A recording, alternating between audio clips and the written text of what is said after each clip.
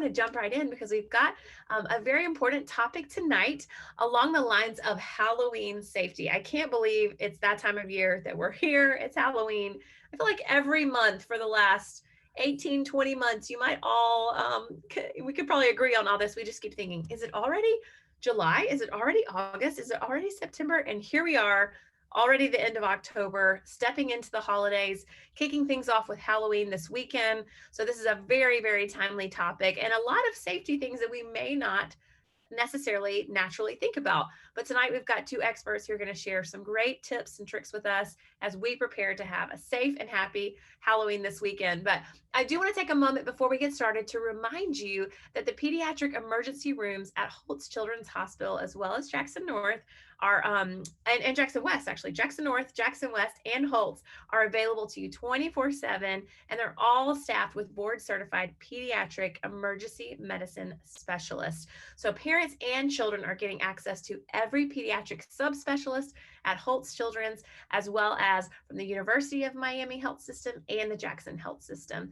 And I want to tell you about something different tonight we don't always mention, and you'll learn more about that in our time, but the Injury-Free Coalition for Kids, it's among the country's most effective injury prevention programs. You're going to learn more about it, but it is a physician-led program driven by the coalition's mission, which is to prevent injury to children. So, we do these webinars for a number of reasons. They always relate to immediately to our families. Tonight is no different, talking about Halloween safety and how we can prevent injury. So thank you for joining us. My name is Sierra Bragan, and I'm the owner and founder of Miami Mom Collective. We're Miami's premier parenting resource. We love partnering with Jackson to bring you these webinars to equip you, encourage you, and empower you in this thing called parenting. I always say it's hard, but it doesn't have to be lonely. So we love to partner with great organizations to bring you amazing resources. So we're grateful and thankful to UHealth Jackson Children's Care for allowing us to be a part of these webinars. And we hope that you will leave with some new information that will help transform the way that you parent your family. So if at any time you have a question tonight, I want to draw your attention to the bottom of your screen. There's a chat feature and there's a Q&A feature. If you have a specific question for one of our experts, go ahead and drop that in the Q&A box, and we will do our best to get that in front of them during our time. We've got lots to cover, so let's get started. I'm excited to introduce you to Dr. Hector Chavez. He is the medical director in the pediatric emergency department at Holtz Children's Hospital, and he graduated from the Morsani College of Medicine at the University of South Florida in Tampa, and he went on to complete his pediatrics residency at Johns Hopkins All Children's Hospital in St. Petersburg. He then completed his fellowship in pediatric emergency medicine at St. Paul's Children's Hospital in Minneapolis, Minnesota. And he's been at Jackson Memorial Hospital for 20 years, since he was like 10 years old, I think that's what he told us. Right. For 20 years. And he's currently the principal investigator for the Injury-Free Coalition for Kids of Miami. And he loves providing care to all of their patients and his patients. So Dr. Chavez, thank you so much for joining us. I'm very happy to be here. How are you? I'm doing well, and I'm excited. This topic is something that we probably assume, oh, Halloween safety, I know what I need to know, but I'm excited because I think you're going to talk about some things that we maybe haven't thought about. But let's just start. I'm going to go big for question one. Is it safe to trick or treat this year? Just tell us yes or no. Is it safe? Yes, it is safe as long as you take the appropriate precautions. Before we, when I say yes, I also want to bring up the fact that the American Academy of Pediatrics recently came out with a statement about the mental health of our kids. And the more we do, the more we get them into normalcy, into what the routines that they're used to, the more they socialize, the better the mental health is going to be. The number of anxiety, kids with anxiety, loneliness, depression has gone through the roof. So we need to make every effort to make them comfortable and get them back to whatever the new normal is. And Halloween is going to be a big part of that. So yes, it is safe to go back to trick-or-treating, as long as you take the appropriate precautions. If you're going to try to be outdoors as much as possible when you go out trick-or-treating with your kids, and if you're going to be around a lot of people, obviously wear a mask and then do all the appropriate things that you normally did before for when you went trick-or-treating. Yeah, that's good. I'm so glad you mentioned that about mental health and the statistics. I had no idea that, the studies you were saying are showing that, but it makes sense. And so it's great to be able to offer our children some normalcy. So let's talk about in terms of safety while we're trick-or-treating, because, trick-or-treating happens at night. So what are some tips that you can provide on making sure that our kids are seen at night while they're trick-or-treating? And you're right. I mean, most of us will, most of the kids are going to be out in the evening and at night, and obviously nights coming a little earlier now in South Florida. So if your child can wear a light color costume, that'd be fantastic. You can put fluorescent tape or stickers on them as they go trick or treating, so they can be seen by cars as a drive by. And not a bad idea if you can get them to carry a flashlight or a glow stick or something like that when they're going from house to house. I love that. I love the idea of glow sticks too, because I'm like, you can make it cool. Like $9.99 on Amazon gets you a big old pack of glow sticks. So you'll be the coolest mom on the block if you show up with glow sticks at the Halloween neighborhood gathering, right? But also effective as well at night. So that's good. Talk to us about face paint versus mask. Is there one that's better for kids?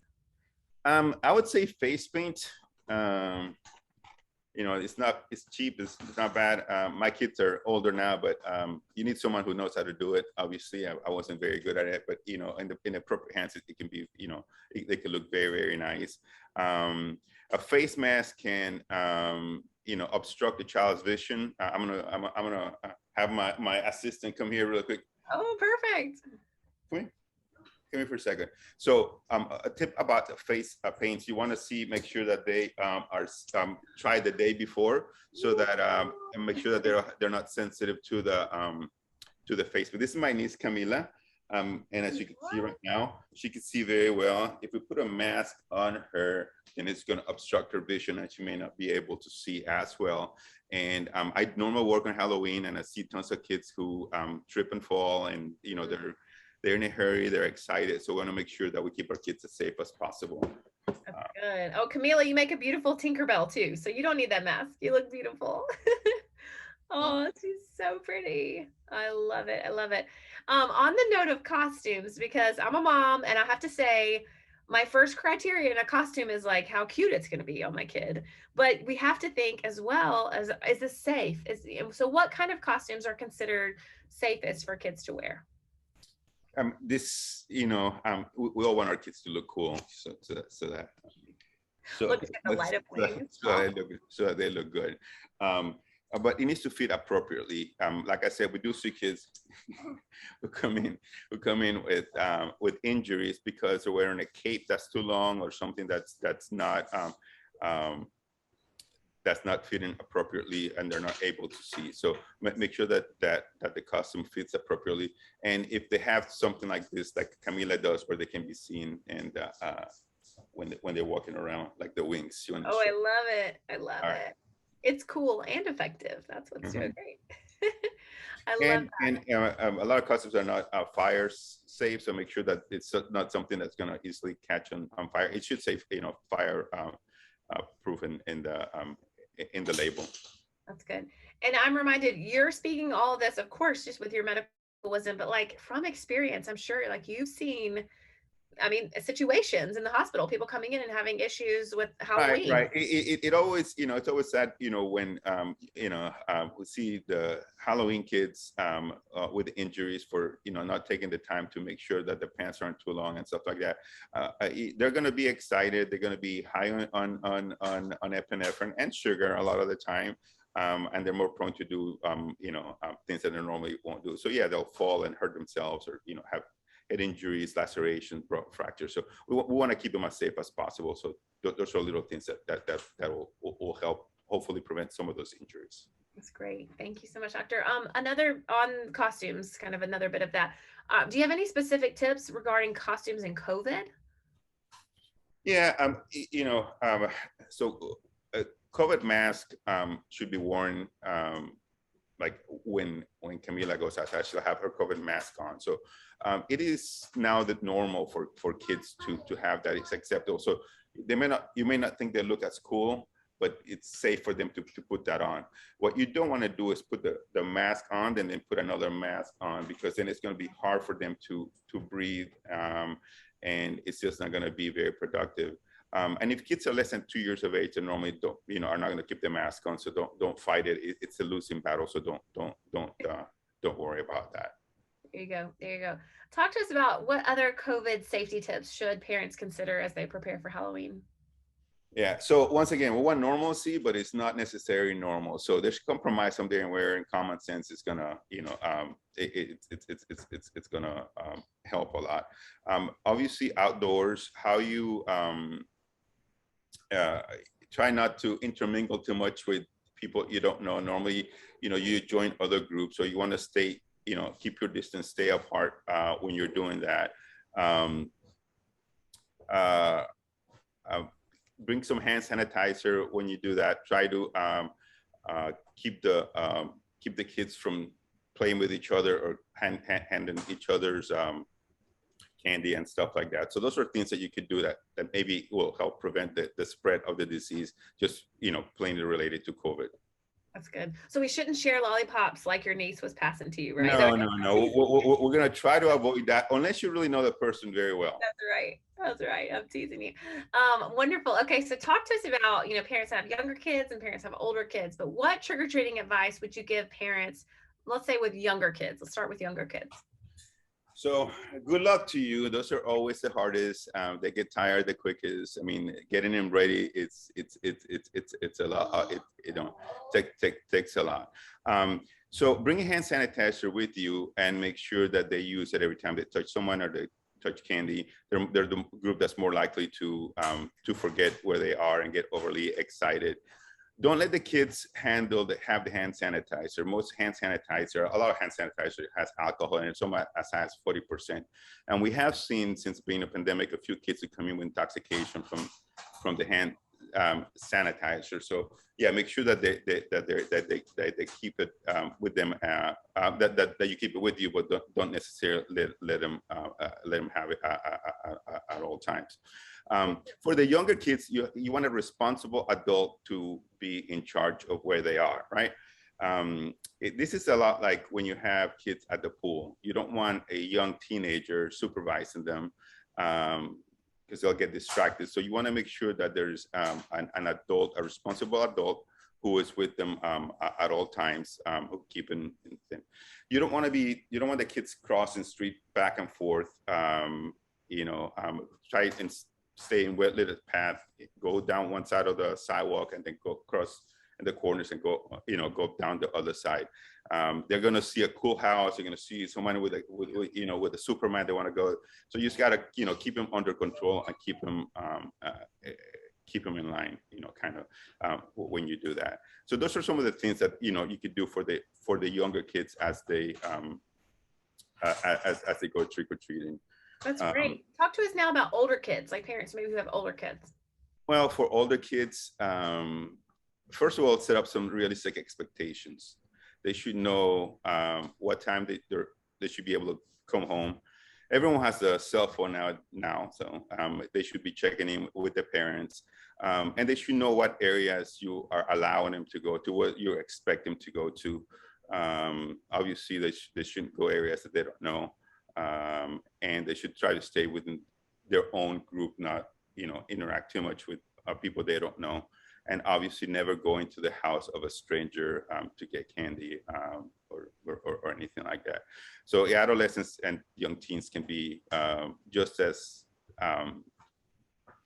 troublesome when they go out if they don't have a realistic expectation or goals as to what they should and should not be doing while trick-or-treating.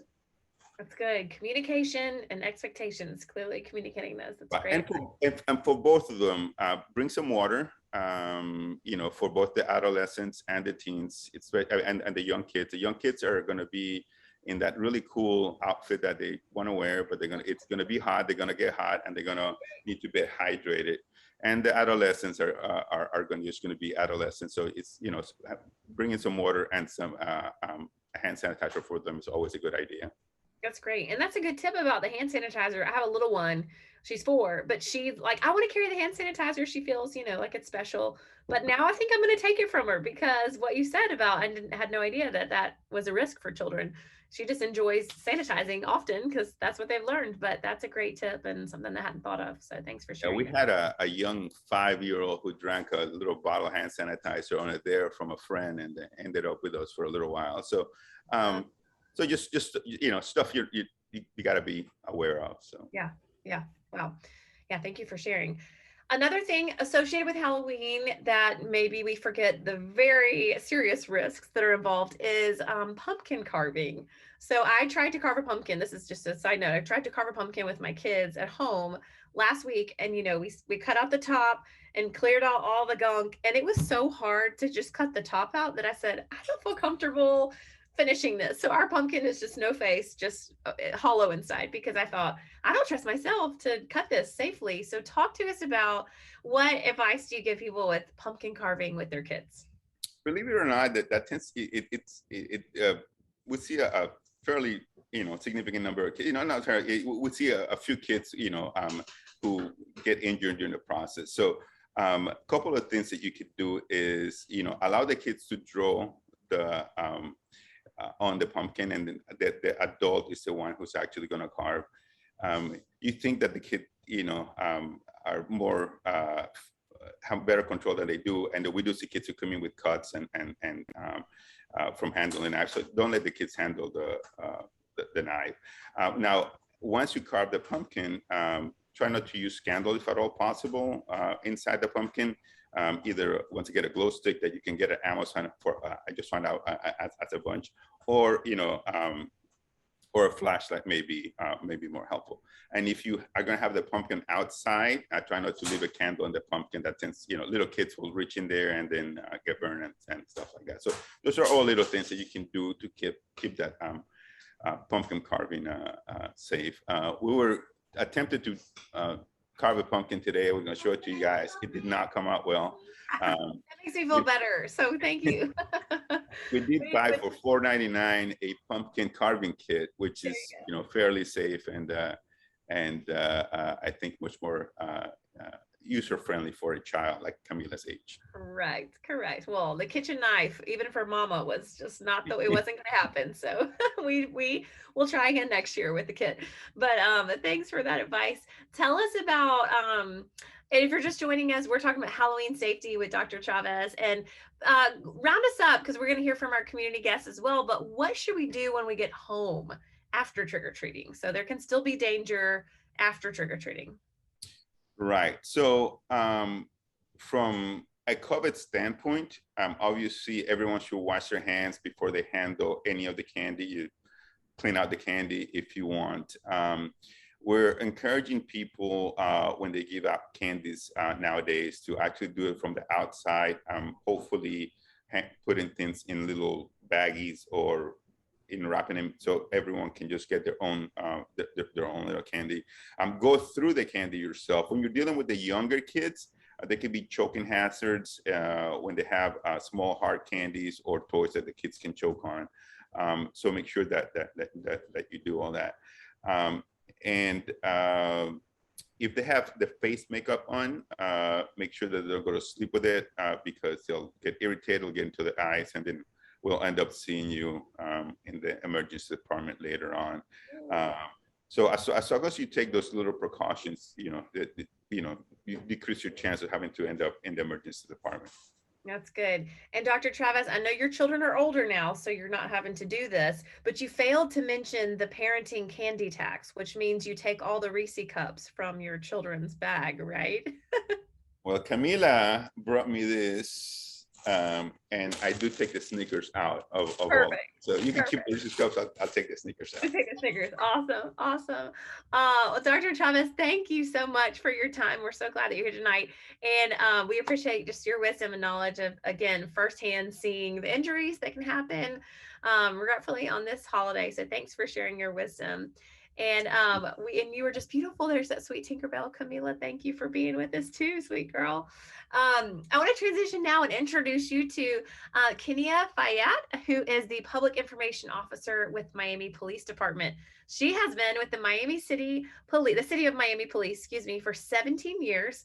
And for the last 13 years, she's held the position of Public Information Officer. She has a bachelor's degree in mass communications from FIU and is working towards her master's degree in public administration, and she enjoys interacting with the community and keeping them informed. So I have to say, first of all, welcome, Kenia. We're so glad that you're here. I have to say, probably Halloween is a very busy night for the police department. Is this true? Oh, I think you're muted. So if you'll just unmute, then we can hear you.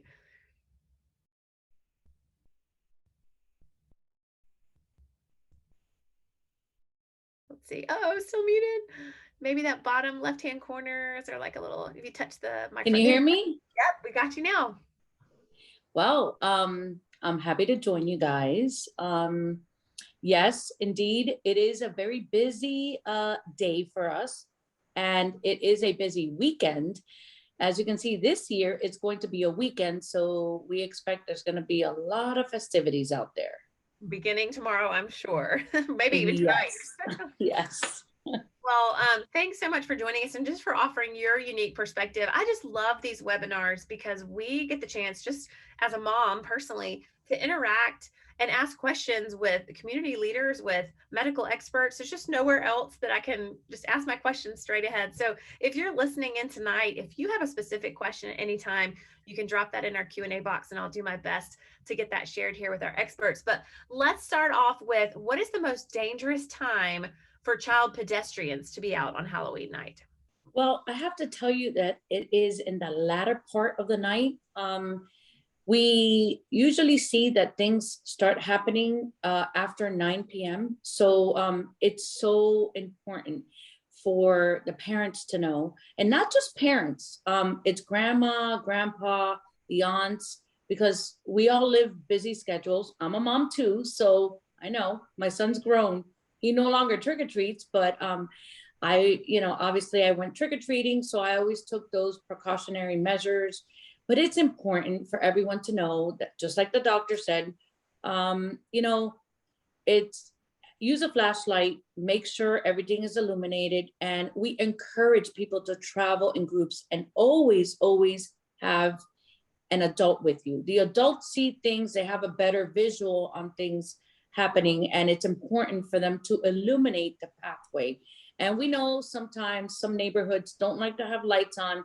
They like to make it a little spooky, but for the little kids. But it's important for the adult accompanying the children to illuminate the paths. That's key. And that will obviously avoid the children and the parents visiting the emergency rooms. That's key. Mm-hmm. Definitely. Yeah, that's good. And talk to us about, in terms of pedestrian related incidents, fatalities, hopefully not, but any sort of accidents. Is there an age group that is more at risk? So typically we see that the 15 and above age group, yes, there are trick-or-treaters that are 15 years old, because they still like to pick up those Snickers, just right, like the doctor said. And yes, indeed, we do see that in the latter part of the evening, the age group 15 and above are more prone to get hurt, because the night has fallen, and indeed we see that they're not as vigilant as to what they have to do, because they're so concerned about picking up the little Snickers and this and that and knocking on doors. But the doctor made very valid points, but we have seen that the trick-or-treaters, usually the more prone to be hurt are the ones 15 and above, as opposed to the ones that are younger. And usually the ones that are younger are less to get hurt, because the parents or a guardian or an adult is accompanying them. Yeah. That makes sense. Hey, I'm gonna tell my children when they're 15, hey, I'm coming along. What's our group costume? I'm gonna keep you safe. Talk to us about, what is the single most common Halloween injury? I have to tell you, the vast majority are the pedestrians that get struck. Again, I have to reiterate that having a flashlight is key, regardless if you're being accompanied by an adult or not. If you're 15 years old and above, have that flashlight or glow stick ready. Doctor said that as well. Have it, and you're going to be the cool kid on the block, yeah, of course, with the glow stick, but it is important, because the drivers don't see sometimes, because some neighborhoods are not as lit as they should be. So that is key. So we do see that kids trip and fall. The costumes are long. Obviously we shy away from promoting people with masks, like the entire mask. Now we have to wear the mask, obviously, because we want to prevent any further with COVID, but indeed, anything that impedes the vision is important because we see the trips and falls. They're not seeing the crosswalks. They're not seeing the cars, but what's also key is the actual drivers. We want to tell drivers that they have to be careful. They have to be careful because during trick-or-treating season, the drivers need to know when they're driving in the neighborhoods that there are going to be children, they're going to be trick-or-treating, just like in my neighborhood. Right. We just take that extra precaution, but people should typically just take that extra precaution because in every neighborhood there are children. Yeah, that's right. That's right. And you alluded a little bit to this, but maybe tell us a little bit more. What are the 3 most common ways that injuries occur on Halloween? Heard you talk about pedestrian related, maybe tripping over the costume, but are there 3 kind of most common ways? Another thing, and I have to, we obviously, police always pairs up with fire. We do see that some children tend to have their costumes that are long, and then they go up to porches and they have the jack-o'-lanterns, the pumpkins that are lit, and they tend to light up. And we see the trips and falls. Those are usually one of the big deterrent, one of the big problems that we have. And the other issue is obviously the crosswalks. We want to reiterate to the parents, they have to obey the crosswalks, but so do the age group 15 and above. They just like to run rampant and cross and jaywalk, but it's key that they remember that they have to abide by the crosswalks. Some neighborhoods don't have crosswalks. We just encourage that everyone cross at the corner and make sure that there are no cars. Sometimes the cars don't see them, but again, we want to always ensure that the pedestrians make eye contact with the actual drivers, because that's key. That is also very key. Again, there are no crosswalks in certain neighborhoods, but we want the drivers to make that eye contact with the pedestrians and vice versa. Yeah, that's good. Thank you for that. It's all knowledge that you think we kind of like, yeah, I know that, but just to hear it again is like, no, this is very important. And there's just an abundance of children, this weekend out and about. So thank you for reminding us on that. We received an interesting question that I want to bring to you from our audience. And this is in relation to, having maybe registered sex offenders near a certain area. Any tips key on how to avoid these zones? Is there extra security? Like what's your talk to us? So I was gonna touch up on that. So absolutely important. So FDLE.com offers a list of sexual predators that are obligated to register onto the website. So we know that sexual predators are not allowed to live near parks or schools, and they ought to be registered in areas. So if you plan on going in a certain area, sometimes parents want to go trick-or-treating at auntie or grandma's house. So make sure you plan out your trip. And that way you can visit the FDLE and see if there are any sexual predators registered within that area. And then that way you can map it. Another key component to planning your trip is also mapping it. Make sure, let's say you have your mom and you're alone because dad's working and you have 5 kids with you, not just you, but maybe your nieces and nephews. Make sure that you share your location with somebody, because your span of control is a little different. When you have like 5 trick-or-treaters, just like the doctor said, the sugar plays a big role. So they're all hyped up and they're all, just like I saw Camila, by the way, Camila's beautiful, makes a beautiful Tinkerbell. That's my favorite. She is. I love Tinkerbell. So it's important that someone knows where you're at all times. That's very, very important. In the event of a mishap, let's hope everything goes as planned, but you have to plan ahead. Yeah, that's good. Thank you for that. That's so important. And thank you, Crystal asked that. We appreciate that. And okay, tell us again, it's FDLE. Is that the website? FDLE.com is the Florida Department of Law Enforcement.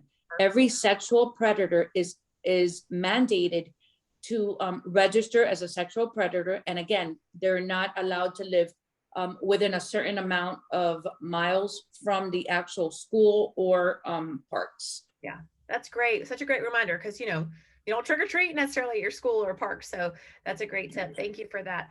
Talk to us about what percentage of car accidents involve a drunk driver on Halloween, because I've got to think that people are partying and drinking on Halloween. You've got to see it. Well, I got to tell you, statistics change on a yearly basis. So obviously, I got to tell you, in recent years, they've actually incremented. But just recently, we saw sort of a decline. And I got to tell you, the ride shares actually helped. The ride shares and those adult trick-or-treaters, because we know that they want to party and they want to have fun, and everyone's entitled to having a great time. So we just want people, we encourage people to choose ride shares. There is public transportation that you have to check.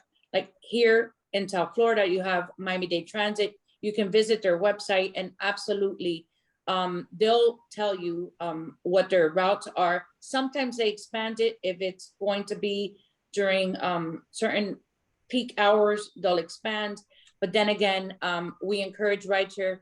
And mom, dads that are listening, that have brothers and sisters that are going to be going out to nocturnal festivities, make sure those people hand over their keys or encourage them to use rideshare. That's great. That's great. That is interesting with the rideshare. That makes sense. That's great. It's a good service. Okay, talk to us about, is there an age group of drivers who pose the greatest risk to children on Halloween? Absolutely, they're going to be the older ones. I gotta tell you, statistics have shown that it's the more in the 20 plus age bracket. Why? Because they're not as attentive. Because when you become a parent, or the older, the wiser you get.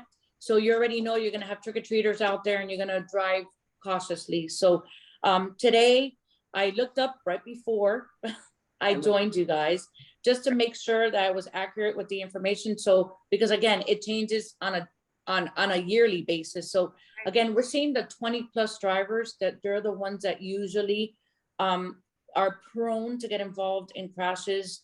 And another, something else I wanted to harp on, which is it's affecting us very big here in South Florida, are hit and run drivers. So there are people that tend to not just strike vehicles and take off, but pedestrians, and it's saddening because you have to be vigilant. You have to be vigilant for drivers that are running rampant, and this is at any age. There's no age bracket for hit and run drivers. So you just have to be aware of your surroundings, and if you see a vehicle that's driving at a high rate of speed, be careful. Just wait for the vehicle to pass and then move forward and report it. If you see a reckless driver, pick up that phone and call 911. That's great. So 911 is the number to call if you see someone driving reckless. Absolutely. If you see someone reckless, you need to pick up that phone, call 911, because we want to avoid any sort of mishap. Okay, that's good. I've always wondered, I'm like, do I call the police department? Who do I call? Because I you see drivers and you think someone has got to call on this. This could be dangerous. So good to know. That's a great tip. Thank you for sharing. Okay, Dr. Chavez spoke a little bit to this, but add anything, if you will, on Halloween costume safety tips. Anything you would add?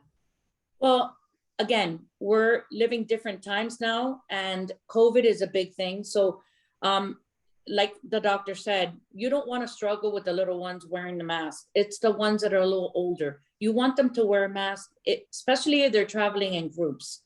And I've spoken to my fire partners, and they definitely also agree with me. Wear the mask if you're traveling, the kids, especially the kids that are in groups, they're traveling, you may want to, but make sure their vision is not impeded. And obviously the face painting, I'm not good at that, but I was never good at that, my poor child. So, but it's important. It's definitely important that parents take the added step, especially now, the times that we're going through, because some people wear masks. I've seen people wearing masks while they're driving and they're alone in the car, not with just somebody. So sometimes you have to be aware. Sometimes the masks can ride up. And we just want people to know, again, I have to reiterate, make eye contact with the driver. That is key. But the actual costumes that are long, you don't want kids to trip. You don't want their actual costumes to catch fire with jack-o'-lanterns or anything else that they may come in contact with. And always, definitely, if it's past 5 o'clock, carry that flashlight and that glow stick. And be that cool kid on the block with the glow stick. I mean, my kid's gonna be like bracelets, necklace, halo, all the things. I saw Camila's costume had lights on her wings. I did. I saw it. That feels like a worthy investment for a Halloween costume because it's like absolutely. I love it. Talk to us about safety tips for adults who may be planning a Halloween party. So that's a big thing. So we want people that are planning parties at their house. One, make sure that, again, we can't restrict people from how many people you should have, but keep in mind that definitely you want to still maintain some sort of distance, especially alcohol related. If you have anyone that is visiting your home and they're drinking, make sure that you hand over the keys. Hand over those keys. Make sure that you don't allow them to leave your home if they've drank too much alcohol. And obviously keep in mind, loud music is a big thing. So just be cognizant that you have neighbors and there is a noise ordinance in parts of South Florida. So just keep those things in mind as well. Yeah, that's great. Wonderful. Okay, talk to us about how do we know if our child is ready to trick or treat? Oh, that's my doggy. I love it. Uh-oh. Love it. How do we know like when a child is ready to go with their friends? Maybe like, okay, are they old enough now to like go with their friends and not with mom? Yeah, anyone that you believe that is mentally up, like for instance, I've been posed a question, can I leave my child alone at what age? So if you think your child is mentally apt to be able to detect danger, then they should be okay, but they should not do it alone. They should not be trick-or-treating alone. They should travel with friends. And I always encourage, not because I'm a mom, but because I'm a law enforcement officer, that an adult accompanies them. Doesn't matter. It could be 18 and above. It could be an older brother or sister, a cousin, anyone. But definitely if you're 15 and above, or you think the child can detect that there's danger, we don't disallow parents from going. On the contrary, we want an adult to accompany them, but they have to be able to detect danger and immediately pick up that phone, call 911. Yeah, that's good. Yeah, 15-year-olds think they're adults, but I did child development. I think Dr. Chavez could speak to this, but what is it? The prefrontal cortex is like not fully developed till in the 20s or something. So they're not quite adults yet. So that's good. I love that. Especially the guys. That's right. That's right. I love it. So good. I love that you both are parents as well, because you, and again, when you said, I speak not just as a parent, but as a law enforcement officer, to be able to like separate the two and say, man, as a mom, but as a professional, like we've absolutely seen Dr. Chavez as well in the hospital. So what are just any safety tips for trick-or-treaters and parents to remember on Halloween that maybe we would easily forget? Well, again, I have to tell you, pedestrians is the biggest thing. And I can't reiterate that enough. Anyone that's just joining us now has to remember that it is extremely important for people to remember that everyone, I can't say just in South Florida, I think this is just everywhere. Everyone's always in a rush. You're in a rush to get to a grocery store, you're in a rush to get anywhere. And we also do see that they're not just trick-or-treaters in neighborhoods, they also go to malls. That's right. So yeah, they absolutely go to malls and they want to avoid the crosswalks, they want to avoid the darkness, and they rather just go to store. Lots of retail stores offer trick-or-treaters. So I was always a big proponent of having kids go to malls, because you tend to, obviously the lighting, you keep them together. And sometimes you join groups and there's like 2 or 3 moms and they co-parent, and it helps so much. But again, there's so many ways that trick-or-treaters try to enjoy Halloween. For instance, today, it should be going on for the next 20 minutes. We have a a haunted house at the Miami Police Department. Oh, And yeah, it was so cool. I did the walkthrough right before I left. It was, and a trunk or treat. So we had all the police cars coming out, and they had like, I think before I left, there was like 20 police cars with their trunks open and decorated. And the police officers had like headpieces, and they were giving out candy. And it's a great thing. And it's a great way for the community to join police and see that we're human. And it's all about humanizing the badge and building the bridges with the community. And we're out there, and we enjoy the festivities as well with the kids. that's awesome. Oh, that's so great. Well, a side note from that, I think, you know, as everyone's planning their costume, people already have them already, but I think if we can honor any heroes in the last year, 2 year, just always for what you guys are doing, it's certainly our law enforcement, our community service, the you know, officers, as well as our medical professionals, because you guys are heroes for sure. So my little boy is going to be Captain America, but I'm going to be like, look at the real hero. Look at that police officer. Look at that doctor. You guys really are the real heroes. So I love it.